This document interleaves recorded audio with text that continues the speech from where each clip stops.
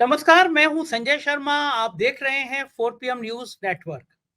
प्रधानमंत्री टोपी लगा के चीफ जस्टिस से मिलने उनके घर पहुंचे और उसके अगले दिन अरविंद केजरीवाल को जमानत मिल गई। अब यह संयोग है, प्रयोग है, या फिर प्रधानमंत्री जी के बुरे दिन की शुरुआत है? अरविंद केजरीवाल वो नेता है जो प्रधानमंत्री को चुन चुन कर भिगो भिगो के मारते हैं। चौथी पास का राजा विधानसभा में जो कहानी बनाई, उससे भारतीय जनता पार्टी का कोई भी नेता उसको मिर्ची लग जाती है। अब बड़ा सवाल यह है कि अरविंद केजरीवाल निकलेंगे हैं जेल से, तो क्या हरियाणा चुनाव में इससे बीजेपी को फायदा होगा? सोशल मीडिया पे इस तरह की तमाम बातें चल रही हैं कि इस जमानत के पीछे बीजेपी है, वो चाहती है हरियाणा में एंटी बीजेपी वोट बढ़ जाए, कांग्रेस को ना जाए। तो क्या वास्तव में नुकसान होने जा रहा है, या फिर केजरीवाल के आने के बावजूद भी हरियाणा में वोट का बंटवारा नहीं होगा, बीजेपी के खिलाफ एक कुछ वोट पड़ेगा? ऐसा होगा या नहीं होगा, ये हम अभय दुबे जी से आज की बातचीत में पूछ रहे हैं। अभय जी देश के जाने माने बड़े पत्रकार हैं, आप सब जानते हैं। और अभी मैं हफ्ते भर मुंबई लौट के आज ही लौटा, तो मेरे को एक मोहसिन नाम के बहुत प्यारे सज्जन मिले। मेरी फ्लाइट का टाइम हो रहा था, पहले के दुबे जी मेरे पड़ोस में आके बैठे। उन्होंने मुझसे कहा कि हमारा पूरा परिवार 4 PM को सुनता है और बड़ा अच्छा लगा मुझे। तब तक बहुत फ्लाइट का टाइम हो रहा था, बड़ा अच्छे से नौजवान मेरे पास में आए। और वो बेंगलोर में और मुंबई दोनों जगह रहते हैं, मेडिकल इंजीनियर हैं और मेडिकल उसमें काम करते हैं। और मुझसे बोले कि सुबह की चाय की शुरुआत जो होती है वो 4 PM की आपकी और अभय दुबे जी के संग बातचीत करते हुए शुरू होती है। फिर उन्होंने मेरा फ़ोटो लिए, मैंने उनके फ़ोटो लिए, सेल्फ़ी ली और मुझे बड़ा दिल छूने वाला उन्होंने मैसेज भेजा। बड़े स्मार्ट थे मोहसिन भाई। उन्होंने लिखा, संजय जी, मुंबई में इतनी बार बॉलीवुड सेलिब्रिटी से आमना-सामना हुआ, कभी भी कोई किसी के साथ फ़ोटो खिंचवाने की ज़रूरत नहीं समझी। आज एक रियल लाइफ़ हीरो से मिलकर बहुत अच्छा लगा। मेरे को ये बड़ा दिल को मेरे की लाइन छू गई कि कोई मेरे बारे में ऐसी बातें कैसे कह सकता है। लेकिन मैं जो दाल हाल देख रहा हूँ कि इस समय 4 PM का लोगों के बीच में जो आवाज़ बन गया आप लोगों के प्यार की वज़ह से, वो मुझे कहीं न कहीं अंदर से बहुत खुशी देता है।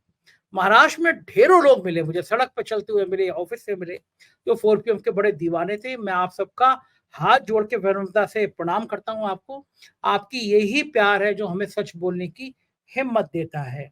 अ, चलते हैं राजनीति की सारी बातें समझने के लिए अभय दुबे जी के पास। उनसे पूछेंगे कि उत्तर प्रदेश में जो मंगेश यादव का एनकाउंटर हुआ, उसके बाद पूरी दुनिया में ये सवाल खड़े होने शुरू हुए कि उत्तर प्रदेश की एसटीएफ में इतनी बड़ी संख्या में ठाकुर अफसर क्यों रखे गए हैं? सालों से तैनात है वो ठाकुर अफसर, बदनाम हैं, उनके ऊपर चौथ वसूलने से लेकर जमीनों पे कब्जे करने तक के आरोप लगते हैं। लेकिन इन ठाकुर अफसरों पर आखिर योगी जी मेहरबान हैं, तो पूरी दुनिया में इसकी क्या इमेज जा रही है? जो भी एनकाउंटर हुआ उसमें बड़ी संख्या में मुसलमान मारे गए, लेकिन मंगेश यादव के परिजन अखिलेश यादव से मिले और ये मुद्दा पूरी दुनिया में अब तूल पकड़ता जा रहा है। इन सारी बातों पे अभय दुबे जी के साथ चर्चा करेंगे। चलते हैं अभय दुबे जी के पास। आपसे रिक्वेस्ट है, चैनल को ज्वाइन करना और सब्सक्राइब करना ना भूलें। 4 PM न्यूज़ नेटवर्क में स्वागत है अभय दुबे जी आपका। अरविंद केजरीवाल को जैसी ही जमानत मिली, सोशल मीडिया पे एक्स जो ट्विटर था पहले वो एक्स हो गया, उस पे ये बाढ़ आ गई कि साहब ये जमानत जानबूझ के बीजेपी ने कराई है। उसके पीछे लोग तर्क दे रहे हैं कि हरियाणा में जब वो केजरीवाल जाएँगे, तो बीजेपी का जो विरोधी वोट है, वो 2 जगह बँट जाएगा। अब तक वो सिर्फ़ कांग्रेस को मिलता। और आम आदमी पार्टी इन बातों को कुतर्क बता रही है और कह रही है कि उसे किसी से मतलब नहीं है, वो पूरे दम से हरियाणा में चुनाव लड़ेगी। 117 दिन जेल में रहे हैं एक चुने हुए मुख्यमंत्री, और ये एक ऐसा शराब घोटाला जिसमें 1 रुपए की भी बरामदगी नहीं हुई।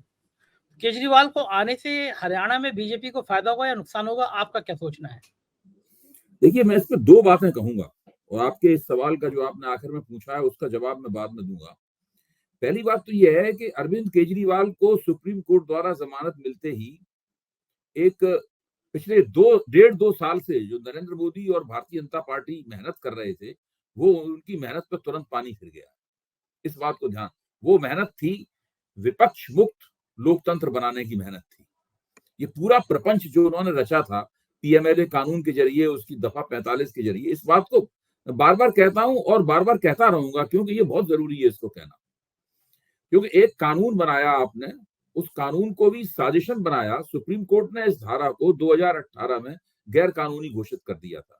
फिर आप मनी बिल के जरिए चोर दरवाजे से आपने इसको रीएक्टिवेट किया और इसको कड़ा बनाया और साथ में प्रवर्तन निदेशालय को कुछ विशेष अधिकार आपने प्रदान किए और इसके जरिए आपने प्रवर्तन निदेशालय को बिल्कुल एक सुपर एजेंसी बना दिया। और जब धारा 45 की वजह से जो निचली अदालतें थी, यहां तक कि हाई कोर्ट के लेवल तक अदालतें काफी सहम सी गई कि भाई इसके तहत कोई जमानत नहीं दी जाएगी, तो कोई कहीं से कोई जमानत ही नहीं मिलती थी। किसी व्यक्ति को जेल में डाल देने का मतलब था कि वो अनंत काल तक जेल में पड़ा रहेगा। मैं इसको सुप्रीम कोर्ट को सारा श्रेय देता हूं और अरविंद केजरीवाल और आम आदमी पार्टी के जो गिरफ्तार नेता थे, उन्होंने जो लगातार संघर्ष किया वो बिल्कुल अपनी जगह से डिगे नहीं। उन्होंने लगातार कानून का दामन थामा, कानून से गुहार लगाई और बार बार अदालत से कहते रहे कि जरा इस पर गौर कीजिए, हमको झूठा फंसाया जा रहा है।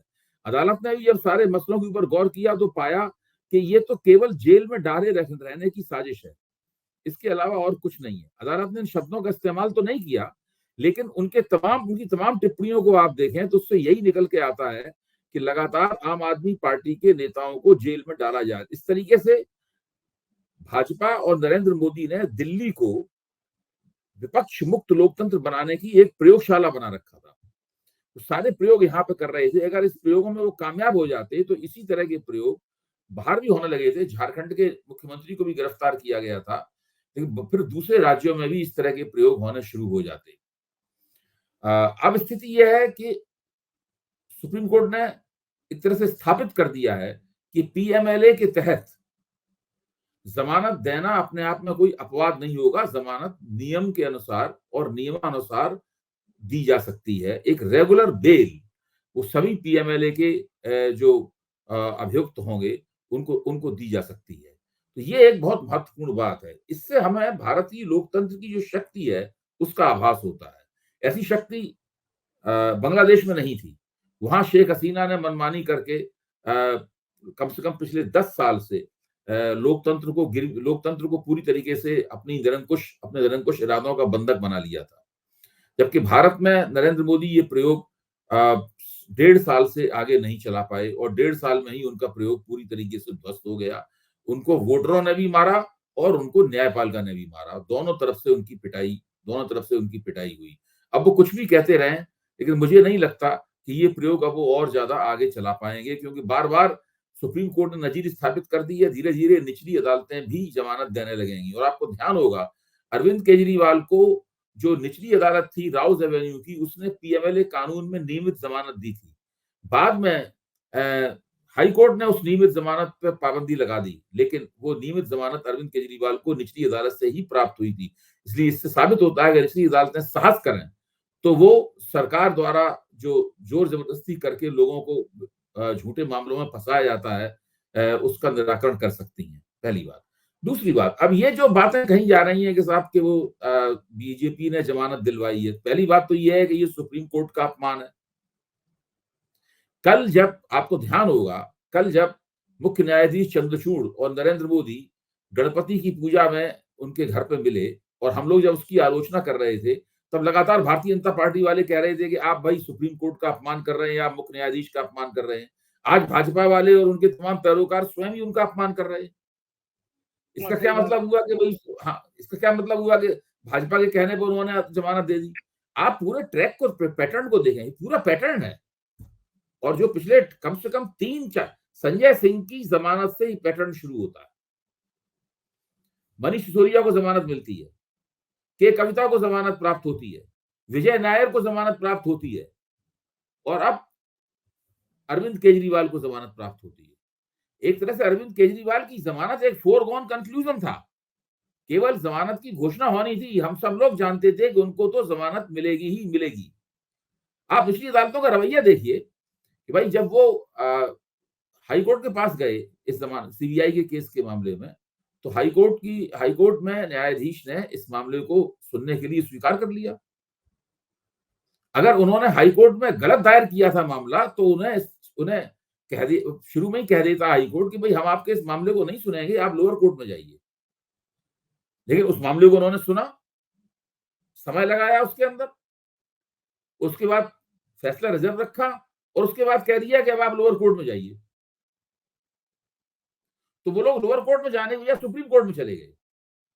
तो सीबीआई ने ये मामला सुप्रीम कोर्ट में उठाया कि भाई उनको लोअर कोर्ट के जरिए आना चाहिए, क्योंकि हाई कोर्ट ने उनको कह दिया है, लेकिन सुप्रीम कोर्ट ने उनकी बात नहीं मानी। जो मनीष सिसोदिया के मामले में उन्होंने कहा था कि ये न्याय, ये पूरे एक नाइंसाफी होगी अगर हम दोबारा इनको सांप सीढ़ी का जैसा खेल खेलते हुए दोबारा फिर से इनको हम लोअर कोर्ट में भेजें। लगभग उसी बात को सुप्रीम कोर्ट ने अरविंद केजरीवाल के मामले में भी लागू किया। तो मैं बहुत ही खुले दिल से इस फैसले का, और वो तमाम फैसले जो कि संजय सिंह की जमानत के बाद से लगातार हुए हैं, मैं इनका स्वागत करता हूं। और मैं मानता हूं कि लोकतंत्र पे जो संकट आया था, ये संकट कोई अरविंद केजरीवाल, सिसोदिया और संजय सिंह के ऊपर नहीं था, ये भारत के लोकतंत्र के ऊपर संकट था। संकट आया हुआ था, वो संकट आज कम से कम निपट गया है। अब दोबारा देखिए भारतीय जनता पार्टी वाले लोकतंत्र को सीमित करने के लिए क्या साजिश करते हैं। अब फिर से मैं आता हूँ जी। अबे जी, एक अगले सवाल से पहले ये पूछूंगा मैं आपसे कि हाँ, अदालत में सीबीआई को तोता, मैना और जाने क्या क्या कहा, क्या उनकी खाल पे कोई असर पड़ता है या ये कोई आगे हो असर चुके नहीं हैं? पड़ता। देखिए ये लोग हुक्म के गुलाम है। देखिए जो हुक्म के गुलाम है, अभी सत्ता बदल जाएगी केंद्र में, तो जो सत्ताधारी होगा उसके कहने पे चलेंगे। है क्या कि सरकार जब अपनी संस्थाओं को स्वायत्तता देगी, ऑटोनॉमी देगी, तो ये खुद अपना दिमाग भी लगाएंगे। ये किसी बात में दिमाग ही नहीं लगाते। जब सीबीआई के हवाले कोई मामला किया जाता, कोई मामला हो, मान लो मर्डर का मुकदमा है, मनी लॉन्ड्रिंग का मुकदमा है, कोई भी मामला हो, सीबीआई के जब हवाले किया जाता है तो सीबीआई उस मामले को लेकर बैठ जाती है और इंतजार करती है कि उसके राजनीतिक आका जो है वो क्या आदेश देते हैं। अगर उन्हें बुला के कहा जाता है कि इस मामले को जल्दी निपटाओ, तो उसमें लगते हैं, वरना वो मामला ठंडे बस्ते में डाल दिया जाता है। या बुला कहा जाता है इस मामले को इस तरीके से निपटाना है, तो फिर वो उसी तरीके से निपटाया जाता है जिस तरीके से कहा जाता है। ये लोग हुक्म के गुलाम हैं और इन छोटी बात संगठनों में ऐसे अफसरों को बैठाया जाता है बाकायदा सोच सोच के, योजना पूर्वक, जो बिल्कुल अपने आकाओं के आदेश पर चलने के लिए तैयार हों। ऐसा कोई अफसर जिसके पास जो स्वतंत्र चेता है, जिसके पास अपना दिमाग है, जो अपना नीरशील विवेक करता है, ऐसे अफसरों की इन लोगों को जरूरत नहीं है। इससे हुआ ये है कि पूरे ब्यूरोक्रेसी को भी बहुत नुकसान हुआ है। ब्यूरोक्रेसी में अच्छे, ईमानदार, अपने विवेक के आधार पर हिम्मत करके आचरण करने वाले अफसरों का लगातार क्यों अभाव होता जा रहा है? इसीलिए अभाव होता जा रहा है कि उन अफसरों की कोई पूछ नहीं रह गई है। अब ऐसा कोई व्यक्ति ऐसा अफसर बनने के लिए तैयार नहीं है। सब लोग जानते हैं कि अगर आपको ब्यूरोक्रेसी में आगे बढ़ना है, सर्वाइव करना है, तो इसी तरीके से काम करना है। तो ये तो कांग्रेस के देखिए अब ये बिल्कुल स्पष्ट है, ये जो बात कि सीबीआई एक तोता है, ये सीबीआई के ही एक जो डायरेक्टर थे, सिन्हा साहब थे बिहार के, उन्होंने, उनका कहना था ये, उसी बात को अदालत ने भी दोहराया है। और आप अफसरों से बात कीजिए कि भाई आपके बारे में कहा गया, आपको कोई इसमें संकोच नहीं होता, आपको कोई मतलब आपको लगता नहीं है कि ये आप अगर आपके खिलाफ ये टिप्पणी ना होती तो कितना अच्छा होता। तो वो निजी बातचीत में साफ तौर पे कहते हैं कि देखिए हम लोगों के हाथ में कुछ भी नहीं है। और जहां तक नरेंद्र मोदी की सरकार का सवाल है, नरेंद्र मोदी के तो मंत्रियों के हाथ में कुछ नहीं है। अब अफसरों की तो छोड़ दीजिए, अफसर की क्या औकात है भाई? सवेरे साहब को या साहब के जो खास हैं नंबर 2, उनको ध्यान आता है कि ये चीज चाहिए। जैसे साहब को अचानक सवेरे याद आया कि एक वंदे भारत ट्रेन तुरंत चलनी चाहिए, तो वो रेल मंत्री अश्विनी वैष्णव को बुला के हुक्म करेंगे वंदे भारत ट्रेन वहां से वहां चलाओ। अब अश्विनी वैष्णव साहब पूछेंगे अपने टेक्निकल लोगों से कि भाई वहां पर कैसे चलेगी, ट्रेन चलाने के लिए पटरी तो चाहिए तभी ट्रेन चलेगी, बिना पटरी तो ट्रेन चलेगी नहीं। और मान लो वहां पटरियां बिछी नहीं है या पटरियां बिछने की गुंजाइश नहीं है, तो साहब के हुक्म पर बड़ी मुश्किल से 2 पटरियों के बीच में कोई तीसरी पटरी फटरी बिछाकर जो है ट्रेन चलाई जाती है। इसका साहब झंडी फहरा के, उसको जो है झंडी देके उसका उद्घाटन करते हैं। देखिए इस प्रकार से सब पूरा का पूरा चल रहा है। साहब को बताइए अचानक लगता है कि मैं फलानी जगह जाके एक अबे मीटिंग करूंगा। अबे जी अबे जी हाँ, बताइए कि वंदे भारत ऐसी बढ़िया चल रही है, अभी पिछले दोनों बड़ा वायरल हुआ, इटावा के पास खड़ी हो गई और पुराने जमाने का इंजन उसको खींच के ले जा रहा था। तो इतना ट्रेंड हुआ कि पुराने जमाने के इंजन आज की वंदे भारत को चला रहा है, यानी कांग्रेस के टाइम के इंजन बीजेपी की योजना को चला रहे हैं। तो बड़ा मजाक उड़ा। वंदे भारत तो इतनी जगह खराब हुई, मेरठ से शुरू हुई तो पहले दिन बीजेपी के नेता ने लड़की छेड़ दी। वंदे भारत पे अधिकांश जगह खाली चल रही है, टिकट के रेट इतने ज्यादा है कि आम आदमी बैठ नहीं पा रहा। ये क्या अमीरों की सरकार हो गई है? मतलब इनको गरीबों से मतलब नहीं है कि गरीब रथ यात्रा टाइप की ट्रेनें चलाएं ये लोग।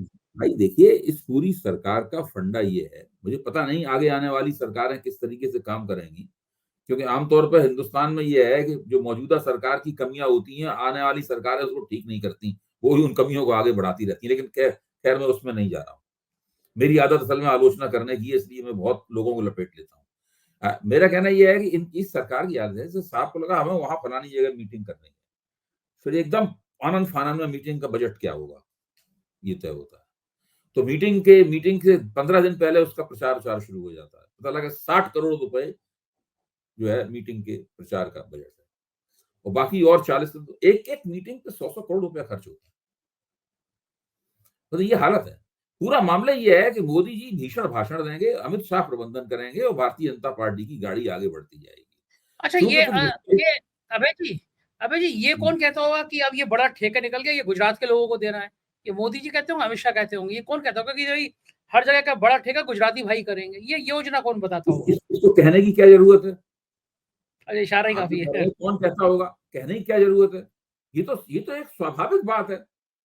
जैसे हम और आप मिलेंगे तो चाय पिएंगे, कॉफी पिएंगे और कुछ खाएंगे पिएंगे, इसमें कहने की क्या जरूरत है? ये तो एक तरह का अलिखित अघोषित नियम है, जिसको सब लोग जानते हैं, और वो ऑटोमेटिकली स्वचालित तरीके से घटित होता रहता है लगातार। ये इतना इसमें कुछ बढ़िया कहने की घटित जरूरत नहीं। अच्छा, इतना बढ़िया घटित हो रहा है कि उज्जैन में ठेकेदार बढ़िया थे, मूर्तियां गिर गई उज्जैन महाकाल की। महाराष्ट्र में छत्रपति शिवाजी की मूर्ति गिर गई। राम मंदिर की छत टपक गई। और उसके बाद में कल बनारस में प्रधानमंत्री के क्षेत्र में अभी भी 1 साल पहले बनी बिल्डिंग वो गिर गई। एक आदमी की मौत भी हो गई। इनकी बनती कब है गुजराती ठेकेदार? एक जसपाल भट्टी बहुत बढ़िया कॉमेडियन थे, मुझे अभी तक याद आ रहा है, वो उसका शो बड़ा अच्छा आता था। वो कहता था ठेकेदार को उन पुलों से कभी नहीं गुजरना चाहिए जो उन्होंने खुद बनाए हैं, कि पता नहीं कब गिर जाए। तो बोर्ड लगा देना चाहिए कि इन योजनाओं को ये गुजराती ठेकेदारों द्वारा निर्मित है, कृपया बिल्डिंग के दाएं बाएं ऊपर नीचे संभाल के चलें कि पता नहीं कब बिल्डिंग गिर जाए। ये गुजराती इस एक मैं देख रहा हूँ, महाराष्ट्र में भी मैं रहा 5-6 दिन। गुजरात के लोगों का खामखा, बेचारे भले लोग होते हैं गुजरात के भी, लेकिन एक ट्रेंड सा सेट हो रहा है कि यार सब कुछ गुजरात में, सब कुछ गुजरात में, कि देश में ये माहौल खराब भी है, होना नहीं चाहिए एक राज्य के प्रति। देखिए, कल हम लोगों ने अयोध्या वाले मसले पर चर्चा की थी कि वहां पर जो जमीनों का कारोबार हुआ है, किस तरीके से जमीनें खरीदी गई और फिर रातों रात उसको बहुत बड़े दामों में रामलला ट्रस्ट को बेच दिया गया उनको। देखिए, ये सारे के सारे स्कैंडल्स हैं। ये सब बड़े बड़े छोटे बड़े घोटाले हैं। इन घोटालों को एक दिन ऐसा आएगा, मुझे पक्का यकीन है, ऐसा आएगा जब इन सब घोटालों की अलग अलग जांच होगी। कहीं ना कहीं इनकी सूची बन रही होगी इन घोटालों की। कौन बना रहा होगा मैं नहीं जानता, लेकिन मुझे पक्का यकीन है कि कहीं ना कहीं इन घोटालों की सूची बन रही होगी, और एक दिन सबकी जांच होगी, और उस दिन ये सब लोग फंसेंगे, सब नपेंगे, कोई बचता नहीं है। लोकतंत्र की चक्की धीरे पीसती है, लेकिन पीसती बहुत बारीक है, बहुत महीन पीसती है। अब मैं आता हूं हरियाणा वाले सवाल के ऊपर। तो ये तो इन लोगों को परवाह नहीं है कि साहब कि ये कह के मुख्य न्यायाधीश का और सुप्रीम कोर्ट का, इस सबका, पूरी अपनी जुडिशरी का अपमान कर रहे हैं कि ये बीजेपी ने अरविंद केजरीवाल को जमानत दिलवाई है, जबकि हम लोग जानते हैं कि मामला बिल्कुल दूसरा है। जहां तक सवाल यह है कि बीजेपी विरोधी वोट के बंटने का जहां तक सवाल है, मैं ये मानता हूं, मेरा अपना आकलन यह है कि हरियाणा की जनता उसको वोट देगी जो भारतीय जनता पार्टी को चुनाव हरा सकता है। इस बात को मैं पहले भी कह चुका हूं। ये चुनाव खास तरह का चुनाव है। ये चुनाव भाजपा को हटाने वाला चुनाव है। ये चुनाव ये सब नहीं है कि कौन जीतेगा, कौन मुख्यमंत्री बनेगा। जो जीतेगा वो बन जाएगा उसका मुख्यमंत्री। ये नहीं है मतलब लोग बीजेपी को हटाने के लिए इस चुनाव में वोट करेंगे। विपक्ष जो मन में आए करता रहे, उससे कोई फर्क नहीं पड़ता। विपक्ष को जीतना ही जीतना है, और विपक्ष का वो उम्मीदवार जीतेगा जो उम्मीदवार भारतीय जनता पार्टी की मुख्य टक्कर में होगा, जो उसको हराने की क्षमता दिखा रहा होगा। लोग उसको वोट देंगे, उसका चुनाव चिन्ह कोई भी हो, मेरा मानना है। अगर दिल्ली की और हरियाणा से लगी हुई सीमाओं पे जो निर्वाचन क्षेत्र हैं, जहां आम आदमी पार्टी का दावा है कि उसका पंजाब से लगी हुई और यूपी से लगी हुई सीमा, दिल्ली से लगी हुई सीमाओं पे जो निर्वाचन क्षेत्र हैं, वहां पर अगर जहां आम आदमी पार्टी का उम्मीदवार अच्छा लड़ेगा, वहां पे उसको वोट मिलेंगे। वहां हो सकता है कि उसकी टक्कर कांग्रेस से हो जाए, भारतीय जनता पार्टी तीसरे नंबर पर पहुंच जाए, कुछ भी हो सकता है। मुझे नहीं लगता कि कोई भाजपा विरोधी वोट कोई बटने जा रहा है। और दूसरे अच्छा दूसरे ये कहना कि भाजपा का कोई हरियाणा में एक वोट है, ये जो एनालिसिस चल रहा है ना कि भाजपा का हरियाणा में एक वोट है, वो भाजपा ले ही लेगी और उसके विरोधी वोट बट जाएंगे। जब एंटी इनकम्बेंसी होती है तो आपका कोई वोट नहीं होता, आपके वोट बिखरते हैं। यही एंटी इनकम्बेंसी का इम्पैक्ट होता है। अगर एंटी इनकम्बेंसी किसी पार्टी का, सत्तारूढ़ दल का वोट बिखेर नहीं रही है तो किस बात की एंटी इनकम्बेंसी है? ठीक बात, बिल्कुल ठीक बात है। लेकिन अगर आपको क्या लगता है, अगर कांग्रेस और आम आदमी पार्टी सीटों के समझौते के बाद लड़ती, गठबंधन के रूप में लड़ती, तो ज्यादा फायदा होता? जाहिर है, लेकिन अगर वो नहीं हो पाया, मान लीजिए किसी वजह से, कोशिश की थी, राहुल गांधी ने कहा भी था, बातचीत भी बहुत दिन चली, आम आदमी पार्टी भी इच्छुक थी, केजरीवाल जेल में थे, लेकिन उनकी इच्छा लोगों को बता दी गई थी कि वो भी चाहते हैं गठबंधन करना। और अभी भी आप देखिए, आम आदमी पार्टी के जितने ही प्रवक्ता हैं वो कांग्रेस के खिलाफ नहीं बोलते हैं। लोग ये कांग्रेस कह रहे भी हैं आम आदमी पार्टी के लोगों के खिलाफ नहीं बोलती है, हाँ, कोई नहीं बोलता। आम आदमी पार्टी के किसी प्रवक्ता का कांग्रेस खिलाफ वक्तव्य ढूंढ लीजिए आप, कोई वक्तव्य नहीं है। लोग ये कह रहे हैं कि विनेश फोगाट के खिलाफ आम आदमी पार्टी को प्रत्याशी नहीं खड़ा करना चाहिए था। देश की सिंपैथी विनेश फोगाट के साथ थी, तो कम देखिए, से कम एक ऐसी सीट बहुत सी चुनाव चल रहा है, उसमें जाने कितनी बातें चलेंगी। हर आदमी अपने अपने सुझाव देगा, ऐसा होना चाहिए था, वैसा होना चाहिए था, ऐसा कर लेते तो अच्छा था, वैसा कर लेते तो अच्छा था।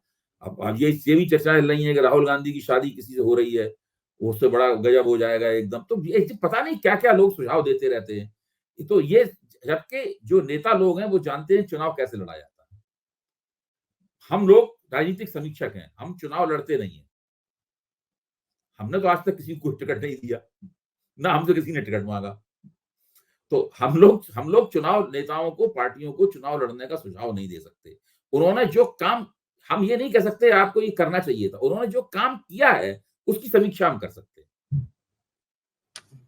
ये बात तो ठीक है। अच्छा, अरविंद केजरीवाल के इस समय बाहर आ जाने पे, जब दिल्ली का विधानसभा चुनाव कुछ महीने बचे हैं, उसका क्या असर होगा? दिल्ली के विधानसभा चुनाव की रणनीति क्या बेहतर हो पाएगी आम आदमी पार्टी की?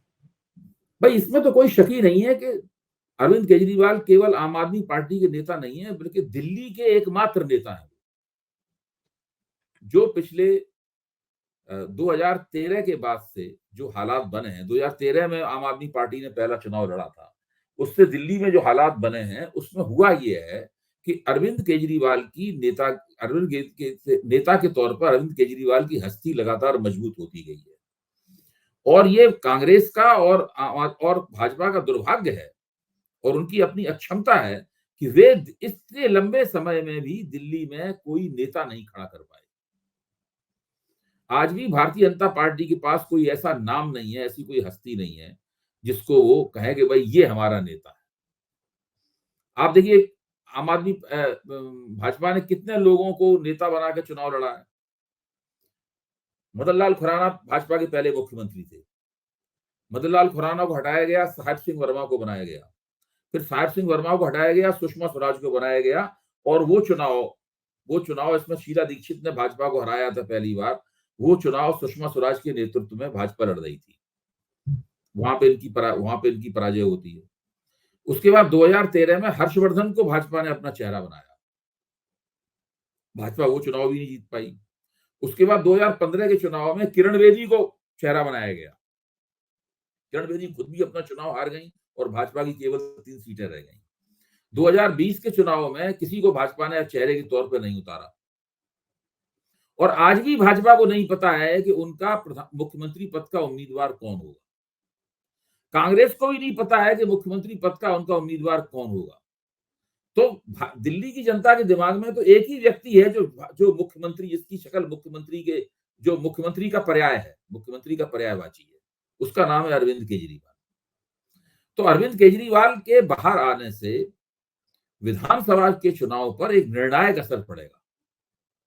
कहने वाले जो भी कहते रहें, मेरा मानना है कि अब आम आदमी पार्टी की जो चुनाव के लिए मुहिम होगी वो बहुत ही मजबूत होगी और बहुत जल्दी ही आप देखेंगे कि वो जो एक जो शक के बादल थोड़े से पैदा हो गए थे लगातार नेताओं की गिरफ्तारी से, इस प्रचार से कि ये सब शराब घोटाला वगैरह, वो शक के बादल भी बहुत जल्दी छट जाएंगे, क्योंकि केजरीवाल के अंदर एक ऐसी खास बात है जो कि सिर्फ नेता में ही, नेता का जो एक स्वाभाविक गुण होता है वो उनके अंदर है। आपको ध्यान होगा जब वो लोकसभा चुनाव में थोड़े दिन के लिए छूटे थे, तभी उन्होंने वो सवाल उठा दिया था कि अब योगी आदित्यनाथ को साफ किया जाएगा और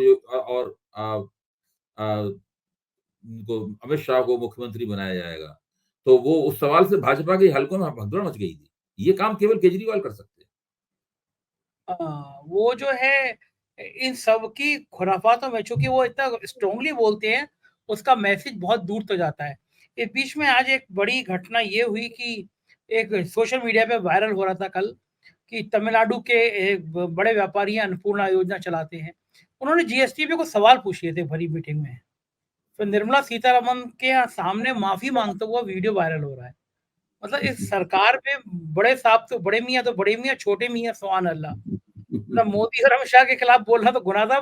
वित्त मंत्री से अगर पूछ ले कोई बड़ा उद्योगपति कि जीएसटी की दरें अलग-अलग क्यों है, तो उसका ये हाल कर देंगे कि उसे वित्त मंत्री के सामने हाथ जोड़कर माफी मांगनी पड़ेगी। देश में इस तरह की चीजों के संदेश क्या जाते हैं अभय जी? ये जाते हैं कि देखिए, अहंकारी भारत का ये दुर्भाग्य है कि भारत के जो बड़े उद्योगपति हैं, जो कारपोरेट सेक्टर है, उसके बारे में कहा जाता है कि कारपोरेट सेक्टर की रीढ़ का आकार क्या है? तो कहा जाता है मैगी नूडल जैसा। कारपोरेट सेक्टर की रीढ़ है, उसका आकार है मैगी नूडल जैसा। तो जिस देश में कारपोरेट पूंजी अपनी बात भी स्पष्ट रूप से नहीं कह पाएगी, जब वो सरकार की आंख में आंख डालकर अपनी मांग नहीं कर सकती है, लगातार सारे के सारे बड़े कारपोरेट धन्ना सेठ जो हैं, वो प्रधानमंत्री के सामने या जो भी सत्तारूढ़ होता है, राज्यों में मुख्यमंत्रियों के सामने, केंद्र में प्रधानमंत्री और वित्त मंत्री के सामने दंडवत होते रहते हैं। आप जब बजट आता है तब आप सुनिए, आप किसी भी बड़े कारपोरेट सरबराह से या उसके किसी बड़े अफसर से पूछिए, वो लोग सब बजट की प्रशंसा करते हुए मिलेंगे आपको। कभी भी आज तक मैंने नहीं सुना उन्होंने बजट की कोई आलोचनात्मक समीक्षा की। आलोचना करना, निंदा करना नहीं है भाई। क्रिटिसिज्म और कंडेमनेशन में फर्क है। तो ठीक ये बात तो है। जो हमारा भारत का जो कारपोरेट सेक्टर है, उसकी रीढ़ की हड्डी का आकार मैगी नूडल जैसा है। आखिर में बात यूपी की करेंगे। यूपी की एसटीएफ बड़े सवालों के घेरे में है। एनकाउंटर एक के बाद एक एनकाउंटर कर रहे थे। मरने वालों में सबसे ज्यादा मुसलमान थे और उसको विजय के रूप में मना रहे थे, लेकिन एक एनकाउंटर गले की हड्डी बन गया। मंगेश यादव नाम के एक लड़के का एनकाउंटर किया गया और अखिलेश यादव ने उस पर सवाल उठा दिए। जहाँ एनकाउंटर किया गया, एनकाउंटर की जगह जो थी, वहां पे जो एनकाउंटर करने वाले डिप्टी एसपी थे, वो बाथरूम स्लीपर हवाई चप्पल में थे। और उसके बाद में ये बात बड़ी प्रचारित कर दी गई और पूछा गया कि आखिर ऐसा क्या है कि एसटीएफ में सबसे ज्यादा ठाकुर लोग तैनात हैं और सालों से तैनात हैं। तो ठाकुरों को क्या अधिकार है, ठाकुर अफसरों को अधिकार है कि किसको जिए, कौन जिएगा कौन मरेगा, इसका कॉपीराइट हो गया। अखिलेश यादव ने आज मंगेश यादव की परिजनों से मुलाकात की और कहा कि ये बड़ा खराब है, सरकार नैतिक आधार खो चुकी है, इस तरह मार रही है लोगों को। तो दो ही ब्रांड थे, बुलडोजर और एनकाउंटर। बुलडोजर पे सुप्रीम कोर्ट ने कल टिप्पणी करी और एसटीएफ को लेकर सरकार पे बड़े सवाल पूरे देश में और देश के बाहर भी खड़े हो रहे हैं। क्या योगी आदित्यनाथ को ये फर्क समझ नहीं आ रहा कि एसटीएफ में ये ठाकुर अफसरों की भरमार उनकी सरकार की साख पर पूरी दुनिया में सवाल खड़ा करा रही है? देखिए, जिन बातों पे हमें शर्म आती है, जिन बातों पर हमें संकोच होता है, जिन बातों पर हमारी नजरें नीचे झुक जाती हैं, उन बातों पर भारतीय जनता पार्टी के नेताओं की नजरें नीचे नहीं झुकती। उन बातों पे उनको शर्म नहीं आती। ये हमारी समस्या है कि हम उनसे उम्मीद करते हैं कि वो ऐसा सोचेंगे। वो ऐसा नहीं सोचते। नरेंद्र मोदी इस तरह की बात नहीं सोचते। नरेंद्र मोदी ऐसी बात सोचते होते तो फिर मुख्य न्यायाधीश से मिलने महाराष्ट्रीयन टोपी लगा के उनके घर नहीं जाते। योगी भी नहीं सोचते, योगी को भी फर्क नहीं पड़ता। कुछ नहीं, अभी देखिए इंदिरा जयसिंह कितनी वरिष्ठ वकील है, क्या उन्होंने शानदार लेख लिखा है कि क्यों ये मुलाकात गलत